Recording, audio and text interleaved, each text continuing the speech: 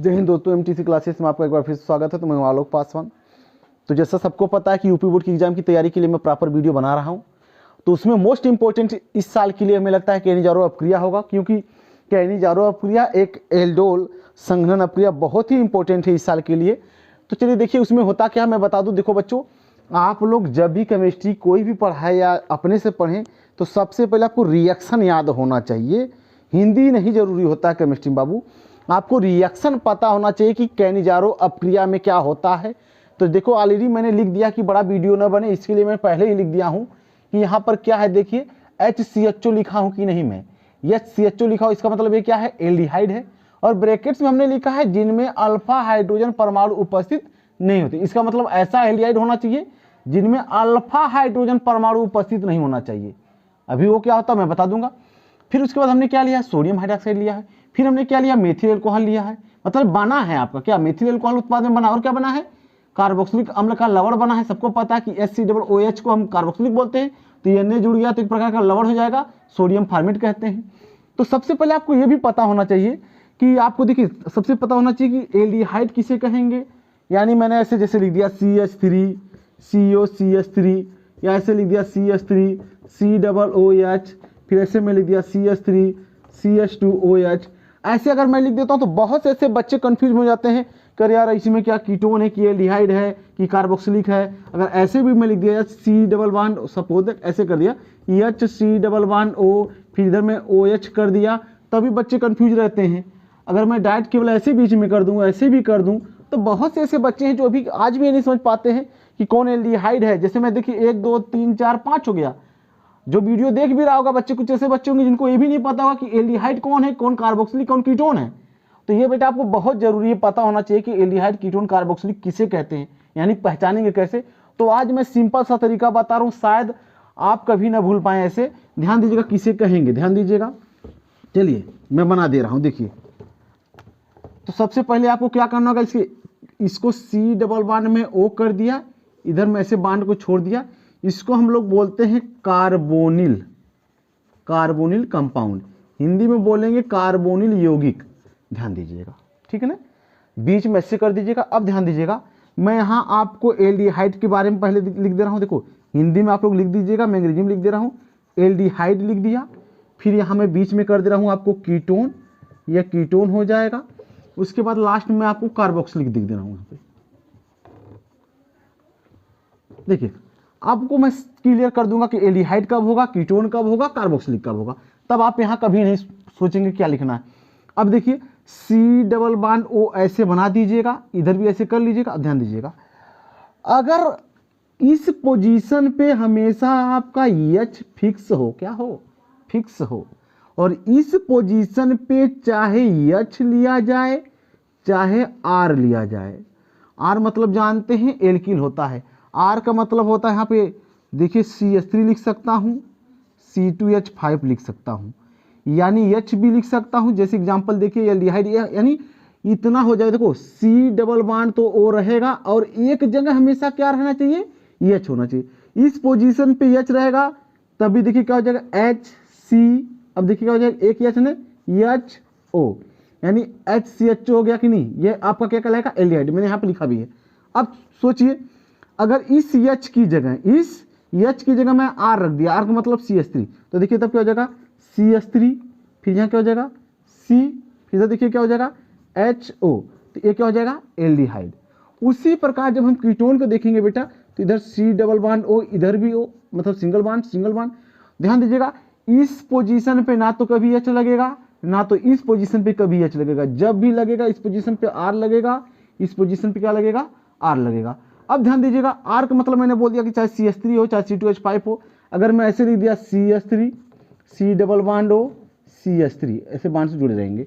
अब ध्यान दीजिएगा, इसका मतलब क्या, दो कार्बनों के बीच में हमेशा क्या होना चाहिए, CO होना चाहिए, क्योंकि इस पोजीशन पे कभी H नहीं लगेगा, इस पोजीशन पे कभी H नहीं लगेगा, ना तो इस पोजीशन पे कभी H लगेगा। जब भी होगा तो कार्बन होना चाहिए। जैसे देखिए यहाँ पे कार्बन, यहाँ पे कार्बन, दो कार्बनों के बीच में अगर CO आएगा तो आपको हमेशा क्या कहलाएगा, कीटोन। अब देखिए कार्बोक्सिलिक में क्या कर देंगे, C डबल बांड O कर देंगे, यहाँ पर ऐसे में कर दिया। तो इस पोजीशन पे हमेशा आपका OH होना चाहिए। क्या होना चाहिए, OH होना चाहिए। इस पोजीशन पे चाहे H हो चाहे उसकी जगह R हो, अगर H रहेगा देखिए क्या हो जाएगा HCOOH यानी COOH हो जाएगा। यानी देखिए क्या है, ये आपका हो जाएगा एसिटिक क्या बोलते हैं फार्मिक एसिड हो जाएगा HCOOH, यानी ये कार्बोक्सिलिक हो गया। इस H की जगह अगर मैं R की मान मतलब R की वैल्यू रख दे, CH3 भी रख सकते हैं तो हो जाएगा CH3 हो गया कि नहीं। तो ये तो हमेशा वही फिक्स रहेगा कि नहीं रहेगा, COOH एसिटिक एसिड हो गया। तो यानी देखिए क्या लास्ट में COOH यानी कार्बोक्सिलिक हो गया कि नहीं। यहाँ पर देखिए क्या हो जाएगा, दो कार्बनों के बीच में हमेशा क्या होगा CO आएगा। यहाँ पर क्या होगा, एक H हमेशा आपका लास्ट में रहेगा। देखिए इसमें अंतर क्या, एल्डिहाइड में H, कार्बोक्सिलिक में OH फिक्स होना है, और यहाँ पे क्या होना, दोनों जगह क्या होना चाहिए, R होना चाहिए, मतलब कार्बन होना चाहिए। अब समझ में आया कि नहीं। एल्डिहाइड में कैसे करना, इधर H कर देना, इधर H हो चाहे R लगा दीजिए, एल्डिहाइड कहलाएगा। अब देखिए यही हो रहा है कि नहीं, यहाँ पे देखिए SCHO आ गया कि नहीं। तो ऐसे पता हो जाए कि एल्डिहाइड है। अभी मैं आपको ऐसे लिख दूं कि CH3CHO, तो आप तुरंत कहेंगे सर ये देखिए अब ये क्या है, आपका कीटोन तो है नहीं, क्योंकि आपको कीटोन में बोला गया था कार्बन के बीच में, दो कार्बनों के बीच में CO होना चाहिए, दो कार्बनों के बीच में, तो यहाँ तो लास्ट में है कि नहीं। और कार्बोक्सिलिक होगा तो आपको पता कि दो ऑक्सीजन होना चाहिए, इसका मतलब बचा कौन, एल्डिहाइड बचा कि नहीं। तो यानी CH3CHO क्या है, एल्डिहाइड है। तो चलिए, तो वही हमको बताना भी था, तो आप लोग इसको ध्यान दे दीजिएगा थोड़ा। चलिए तो आगे हम इसको बताते हैं कि कैसे बनेगा कैंजारो अपक्रिया में। ठीक है, ध्यान दीजिएगा सभी लोग। तो बोलेंगे क्या, वे एल्डिहाइड, यानी आपको लेना इसमें क्या है, एल्डिहाइड, वे एल्डिहाइड जिनमें अल्फा हाइड्रोजन परमाणु उपस्थित नहीं होते हैं। अब आप बोलेंगे अल्फा हाइड्रोजन परमाणु किसे कहते हैं सर। चलिए मैं आपको दिखा दूं, जैसे मैं लिख दिया यहाँ पर, ऐसे देखिएगा CH3 लिख दिया, यहाँ पर CH3 लिख दिया, और यहाँ पर भी CH3 लिख दिया, यहाँ पर प्लस कर दिया। चलिए यहाँ पर CH3 लिख दिया, और यहाँ पर भी क्या कर दिया, CH3 लिख दिया, यहाँ पर CH के ऊपर प्लस लिख दिया मैंने, यहाँ पर देखिएगा CH3 कर दिया, यहाँ पर मैं CH2 कर दिया, यहाँ पर प्लस कर दिया। अब ध्यान दीजिएगा, एक लास्ट में मैंने CH3 केवल क्या कर दिया, प्लस कर दिया। ध्यान दीजिएगा, अब प्लस होता है तो उसको बाबू हम बोलते हैं कार्बोकेटायन बोलते हैं, सबको पता होगा उसको क्या बोला जाता है, कार्बोकेटायन बोला जाता है। अब ध्यान दीजिएगा, आप इसमें बोला, कोई बोलेगा कि इसमें अल्फा हाइड्रोजन कितना है, या तो एग्जाम्पल एक और ले लेता हूँ, ऐसे ले लिया HCHC_O, ठीक है ना, ये हो गया। या तो ऐसे ले लिया CH3CHO। अब ध्यान दीजिएगा, तो अगर आपसे कोई पूछेगा कि अल्फा हाइड्रोजन किसे कहते हैं, ध्यान दीजिएगा, यानी क्रियात्मक समूह, देखिए क्या हो जाएगा, आपके यहाँ पे जो प्लस लग गया ना तो कार्बोकेटायन कहलाता है। क्रियात्मक समूह से जुड़े हुए कार्बन को, देखिए ये आपका क्रियात्मक समूह है, यानी C+ कार्बोकेटायन कहलाएगा। यानी यहाँ पर भी देख लीजिए CHO आपका एल्डिहाइड है कि नहीं, ध्यान दीजिएगा एल्डिहाइड है कि नहीं। क्रियात्मक समूह से जुड़े हुए कार्बन को अल्फा कार्बन कहते हैं। कौन सा कार्बन कहते हैं, अल्फा कार्बन कहते हैं।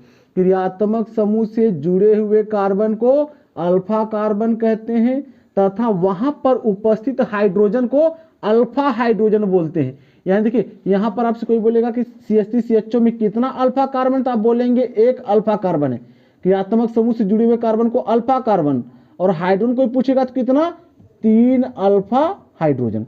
अब उसी प्रकार देखिए ये आपका क्रियात्मक समूह प्लस है कि नहीं कार्बोकेटायन के पास, तो इससे देखिए एक कार्बन यहाँ जुड़ा है, एक कार्बन यहाँ जुड़ा है, एक कार्बन यहाँ, यानी 3 क्या हो जाएगा, 3 अल्फा कार्बन हो जाएगा। लेकिन हमको पूछना क्या, मतलब बताना क्या है, जिनमें अल्फा हाइड्रोजन है। देखिए यहाँ पे आपका प्लस है, तो यहाँ पर कोई पूछेगा कितना अल्फा हाइड्रोजन है, तो आप बोलेंगे क्रियात्मक समूह से जुड़े हुए कार्बन को अल्फा कार्बन, तथा वहां पे जुड़े हुए हाइड्रोजन क्या बोलते हैं, अल्फा हाइड्रोजन। यहाँ देखिए एक यहाँ जुड़ा है, ऐसे यहाँ जुड़ा है, ऐसे यहाँ जुड़ा है, तीनों जगह कितना हाइड्रोजन है, तो 3 3 6 3 का 9 अल्फा हाइड्रोजन हो जाएगा। यहाँ पर देखिए क्या हो जाएगा, देखिए प्लस लगा कि नहीं इस कार्बन पे, तो यानी ये हो गया आपका फंक्शनल ग्रुप क्रियात्मक समूह, उससे जुड़ा हुआ एक कार्बन यहाँ और एक यहाँ, उस पर हाइड्रोजन 3 3 कितना हो जाएगा, 6 अल्फा हाइड्रोजन। समझा कि नहीं आपको, 6 अल्फा हाइड्रोजन। अब यहाँ पे देखिए क्रियात्मक समूह आपका यहाँ पर है, प्लस जुड़ा हुआ इस पे, तो इसके बगल वाले पे कितना अल्फा कार्बन नहीं कहलाएगा, कितना हाइड्रोजन, 3 अल्फा हाइड्रोजन। अब यहाँ देखिए प्लस तो जुड़ा हुआ है, लेकिन इसके ना तो इधर कोई कार्बन है, ना तो ऊपर कोई कार्बन, ना तो नीचे, ना तो यहाँ कोई कार्बन है, इसका मतलब 0 अल्फा हाइड्रोजन। तो समझ में आया कि नहीं। उसी प्रकार देखिए मैंने यहाँ लिखा है जिनमें अल्फा हाइड्रोजन उपस्थित नहीं, इसका मतलब HCHO में देखिए क्या हो जाएगा, HCHO आपका क्रियात्मक समूह तो हो गया कि नहीं, ये आपका क्रियात्मक समूह है। क्या इसके पास कोई कार्बन है, क्या इधर भी कोई कार्बन है, क्या इधर भी कोई कार्बन है, क्या इधर भी कोई कार्बन है, एक भी कार्बन नहीं, तो इसलिए इसमें क्या हो जाएगा, 0 अल्फा हाइड्रोजन, नहीं एक भी नहीं अल्फा हाइड्रोजन होगा। समझ में आया कि नहीं अल्फा हाइड्रोजन किसे कहते हैं? ध्यान दीजिएगा सभी लोग। फिर से मैं एक एग्जांपल दे रहा हूँ आपको। जैसे मैंने ऐसे लिख दिया CH3 CH2 CHO, ऐसे लिख दिया। और एक एग्जांपल में लिख दिया CH3, यहाँ पे लिख दिया OH, फिर यहाँ में लिख दिया CH3। अब ध्यान दीजिएगा, अब क्या ये देखिए आपको फंक्शनल ग्रुप है कि नहीं, क्रियात्मक समूह यहाँ है, एल्कोहल है, इसमें CHO तो एल्डिहाइड है। अब ध्यान दीजिएगा, क्रियात्मक समूह से जुड़े हुए कार्बन को अल्फा कार्बन, यानी यही आपका अल्फा कार्बन है, वहां पर उपस्थित हाइड्रोजन, ऐसा नहीं कि ये वाला जोड़ेंगे, केवल इस वाले कार्बन के पास कितना हाइड्रोजन है, 2 है, इसका मतलब 2 अल्फा हाइड्रोजन इसमें केवल आपको मिलेगा। और ध्यान दीजिएगा उसी प्रकार ये आपका क्रियात्मक समूह है, क्रियात्मक समूह से जुड़े हुए कार्बन को अल्फा कार्बन, यानी केवल यही आपका अल्फा कार्बन कहलाएगा। और इस पे जो हाइड्रोजन है वही क्या कहलाएगा, अल्फा हाइड्रोजन। तो कितना हो रहा है देखिए, एक ही है ना, तो यहाँ लिख देंगे 1 अल्फा हाइड्रोजन। अब समझ में आया कि नहीं अल्फा हाइड्रोजन कैसे निकालेंगे? यानी फंक्शनल ग्रुप जो होगा, फंक्शनल ग्रुप जस्ट सामने वाला जो कार्बन होगा उस पर देख लीजिए कितना हाइड्रोजन है, वही अल्फा कार्बन कहलाएगा। तो यहाँ पर देखिए SCHO कार्बन अकेला है, आपको ऐसे पता हो जाना चाहिए, जब कार्बन अकेला है किसी के साथ है ही नहीं, तो इसका मतलब उससे कोई अल्फा हाइड्रोजन नहीं मिलेगा, क्योंकि उसके साथ जुड़ा ही नहीं है।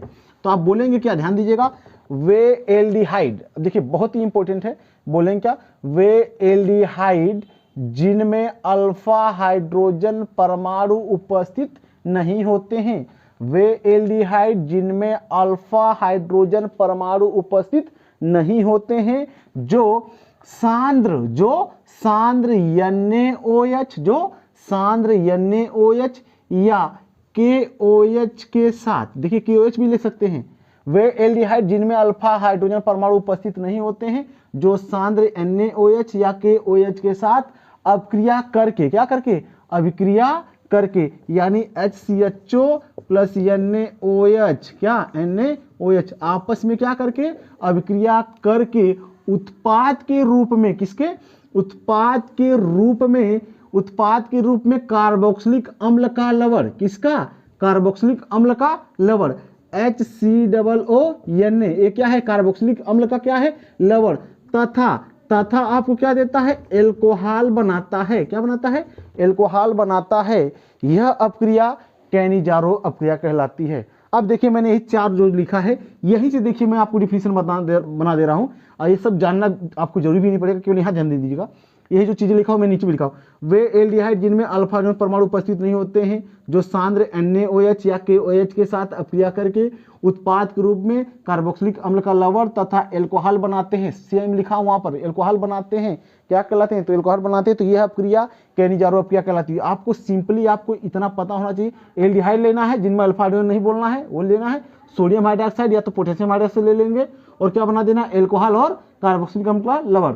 तो लास्ट स्टेप में मैं बोल रहा हूं, इसके बाद आपको मैं मैकेनिज्म बना दूंगा ये कैसे बना है, ध्यान दीजिएगा। तो लास्ट स्टेप में क्या बोल रहा हूं, ध्यान दीजिएगा सभी लोग। वे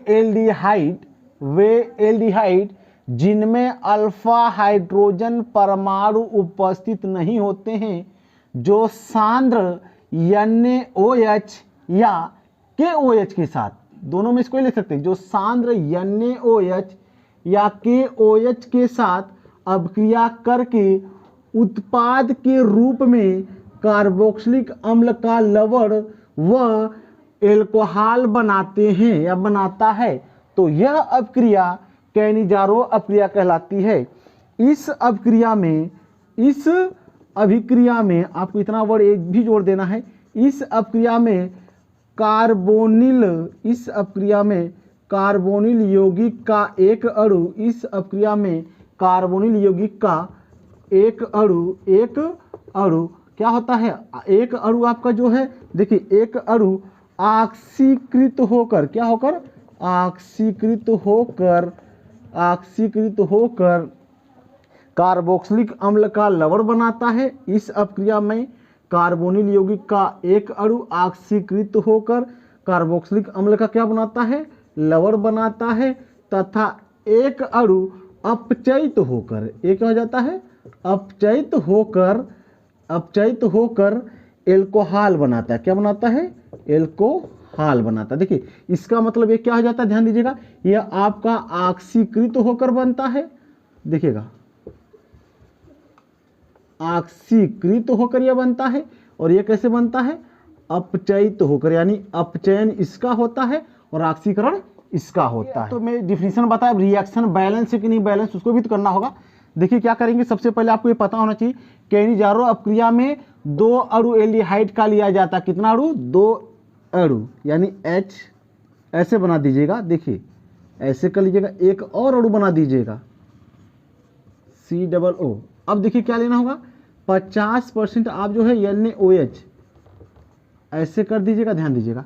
आपको पता है देखिए CH3OH है, इसका मतलब इसमें एक H और यहाँ चाहिए तभी तो CH3 हो जाएगा, और एक H यहाँ चाहिए, ध्यान दीजिएगा। तो होता क्या है, इसी में से एक H बाहर निकल के आता है, जो मैग्नीशियम में दिखाया जाता है। मैग्नीशियम आपको पढ़ना नहीं है 12th की क्लास में, अदरवाइज BSc में होता तो मैं बता देता। अब देखिए यहाँ से एक H प्लस निकलेगा तो यहाँ चला जाता है, तो आपको बन जाता है CH3। तो इसका एक H प्लस निकल के चला गया यहाँ पे, तो ध्यान दीजिएगा ऐसे बांड को जब आप ब्रेक करेंगे ना, सामने आता माइनस, पीछे होता प्लस, तो होता क्या यहाँ पे देखिए इस बांड को भी हम ऐसे ब्रेक कर देंगे।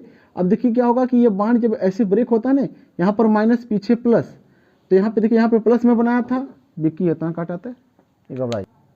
तो देखिए इसको अब तो अभी हम लोग पढ़े कि रिएक्शन किसे कहते हैं। अब हमको चेक करना क्या रिएक्शन बैलेंस है कि नहीं है, तो वो भी ध्यान देना है।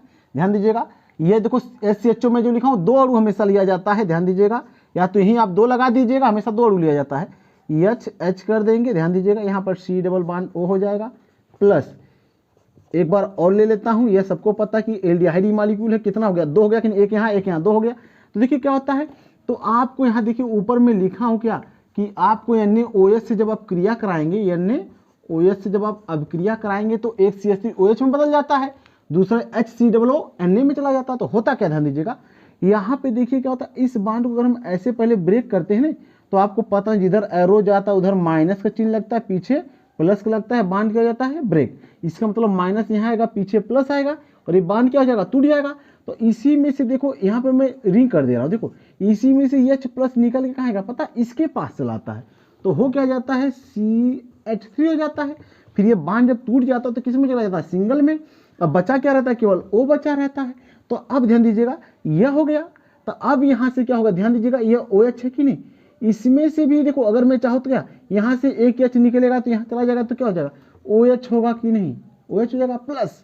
अब देखो बचेगा क्या, यहाँ पे एक H बचेगा कि नहीं बचेगा, एक H बचेगा, फिर C बचेगा, फिर एक O यहाँ बचेगा, एक यहाँ O बचेगा, तो हो जाएगा OONA। तो अब देखिए इसीलिए इसका मतलब क्या है, यह भी आपका एल्डिहाइड है कि नहीं, एल्डिहाइड है कि नहीं। एल्डिहाइड का कितना मॉलिक्यूल लिया, ये भी तो एल्डिहाइड है, एल्डिहाइड का कितना मॉलिक्यूल मैंने लिया, 2 मॉलिक्यूल। कितना लिया, 2 मॉलिक्यूल। तो बस यही रिएक्शन है, उसके बाद सब बैलेंस है। तो आप लोग क्या करिएगा, इससे अच्छा जो यह रिएक्शन आप इसी को नोट कर लीजिएगा, समझना हो तो इसके नेम एल्डिहाइड लिख दीजिएगा, यहाँ सोडियम हाइड्रोक्साइड, यहाँ मेथिल एल्कोहल, यहाँ सोडियम फॉर्मेट। तो मैं पीछे आपको ऑलरेडी नोट भेज दूंगा, इसी टाइप का उसमें नोट्स में भी रहेगा, लेकिन आपको पता होना चाहिए कि कैसे हो रहा है। तो आज के लिए बस इतना ही, तो मिलते हैं नेक्स्ट वीडियो में, तब तक के लिए धन्यवाद, जय हिंद।